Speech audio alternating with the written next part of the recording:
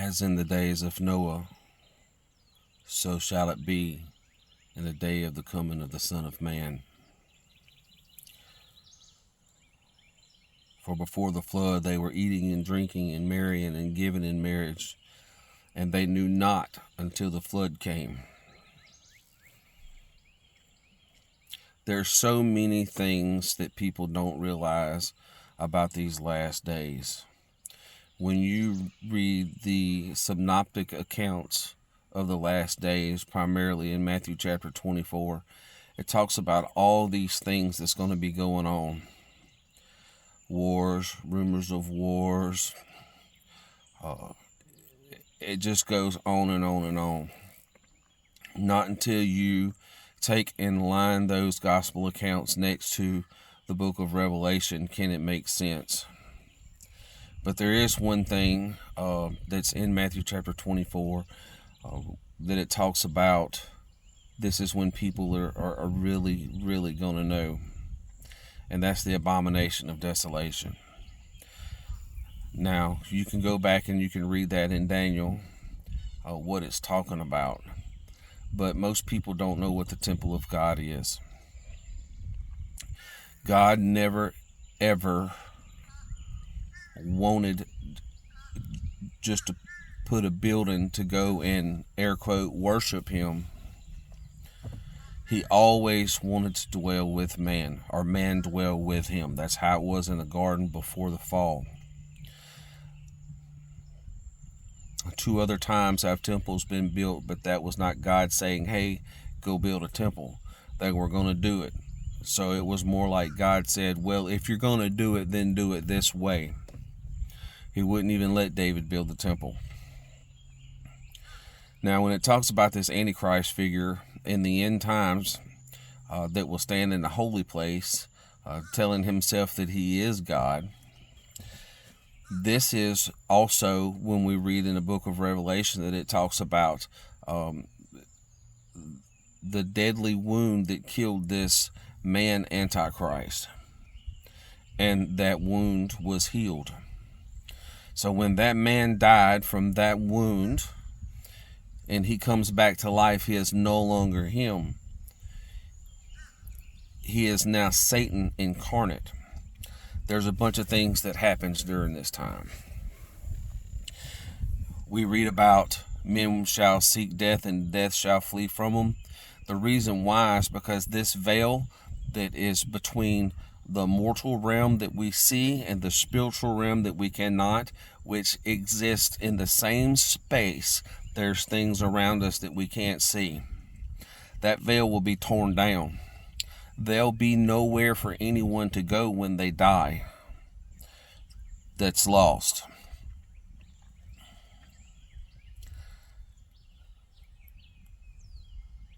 The abomination of desolation is Satan being cast out of heaven and incarnate in a man's body. Everything that God has done, Satan mimics that. He copies it and perverts the copy. It says immediately after the tribulation of those days. We have to understand what the tribulation is. There's a lot of things that's going to be going on during the tribulation, which the church will be here for. It's 3.5 years. That is the tribulation period.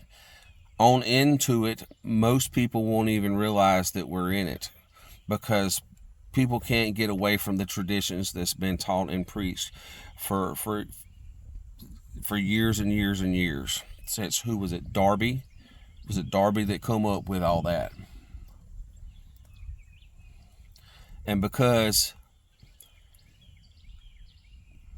we've gotten away from the Bible, we don't understand about biblical cosmology and creation. We don't understand it. Then all those little rabbit trails that you run down, these narratives start converging together. You have to have space and planets and a vast nothingness for these aliens to exist. But what if we didn't? What if there was no such thing as space? What if there was no such thing as space? Then aliens couldn't exist. Now here we are coming upon this disclosure that the president is promising, that everybody's been asking for, and there's people that's going to think these things are really aliens. It's demonic. There's been doorways and portals all over the world. People invite these things in. AI is one of them. Now I know people that mess with AI, and it's all innocent like and everything, but I do believe that is a doorway, and it's very possible. Not saying that every time that you do this that they're going to walk in, but I'm not going to sit in my living room with a Ouija board. That's not going to happen. So I'm just not going to play with it.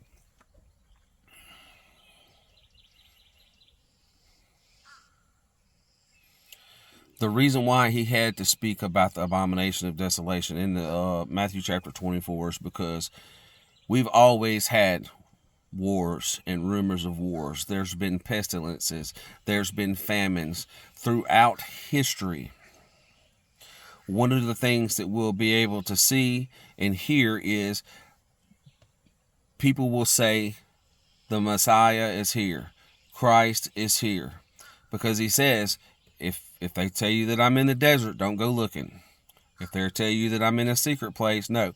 Why? Because when Jesus returns, it says that every eye shall see him, even those that pierced him, which is another reason why you can say that veil between the mortal realm and the spiritual realm is down.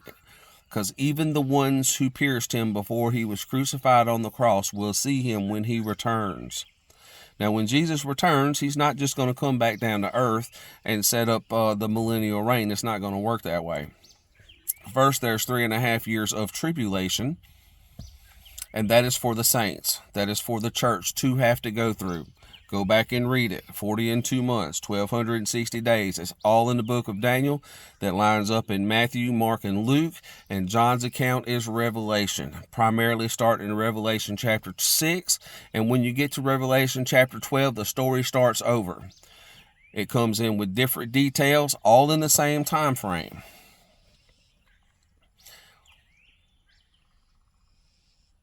Y'all keep putting this president up on a pedestal like he's some great dude, and can you not see he's going forth conquering and to conquer? Go read Revelation chapter 6 verse 1. Tell me what that says. What is this man doing? There's no reason to be out there doing all the things that he's doing. Well, why did you vote for him? Well, he's the lesser of two evils. You know what that is? That's still evil. People, you better open up your eyes, because we coming down to the end. And Satan has got all the dudes that's been preaching and teaching all these things for all these years, and everybody looking at us like we're crazies, like we're nut jobs. And now everything that we've talked about, everything that we've been saying is coming into fruition. This is fixing to happen. This is about to go down. And you're gonna have to pick a side. You can't sit on the sideline anymore and go put your 3 hours in at the building that we've set aside and then just go home and do nothing. You're not going to be able to do that anymore. You're going to have to pick a side. There's two sides, God's side or Satan's side. Now, what's it going to be? If you want to be on God's side, you have to trust the finished work of Jesus Christ. He's already done it all. You just have to trust he is who he says he is, and that what he did was good enough, because you can't do it. I can't do it. You can't stand in front of him and be like those guys that says, Lord, Lord, have I not prophesied in thy name? And in thy name cast out devils? And in thy name done many wonderful works? He will say, depart from me, ye that work iniquity. I never knew you. Iniquity, the sin inside that no one sees. We all have it, but we can go around and act perfect all the time, like we got our stuff so together, and then we look down our nose at these people with these obvious things that are just sinful, but we're not going to talk about our sins, because the easiest ones to talk about is somebody else's. It's always somebody else's. That's not humbling yourself. That's not repenting.